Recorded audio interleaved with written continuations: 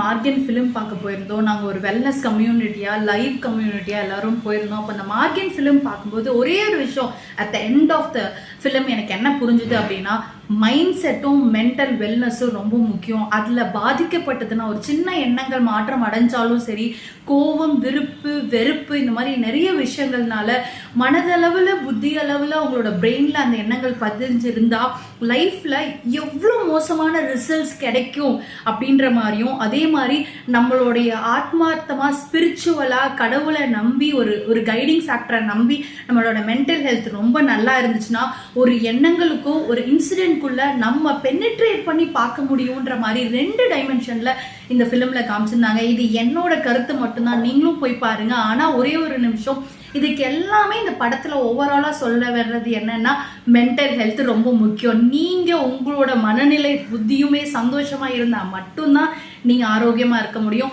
அதே மாதிரி ஆரோக்கியமான உணவுகள் எங்க கிடைக்குங்க, புரோட்டீன் இங்க கிடைக்குமா, கார்போஹைட்ரேட் இங்க கிடைக்குமா, விட்டமின்ஸ் கிடைக்குமான்னு தேடி நம்மளால சாப்பிட்டுட்டு இருக்க முடியாது. ஸோ அதனால நான் ஸ்ரீயார்த்தி மனோகரன், உங்களோட வெல்னஸ் கோச். ஹெல்த் அண்ட் வெல்னஸ்க்காக உங்களுக்கு ஏதாச்சும் இன்ஃபர்மேஷன்ஸ் வேணும் அப்படின்னா கண்டிப்பா என்னை கான்டாக்ட் பண்ணுங்க. Thank you so much.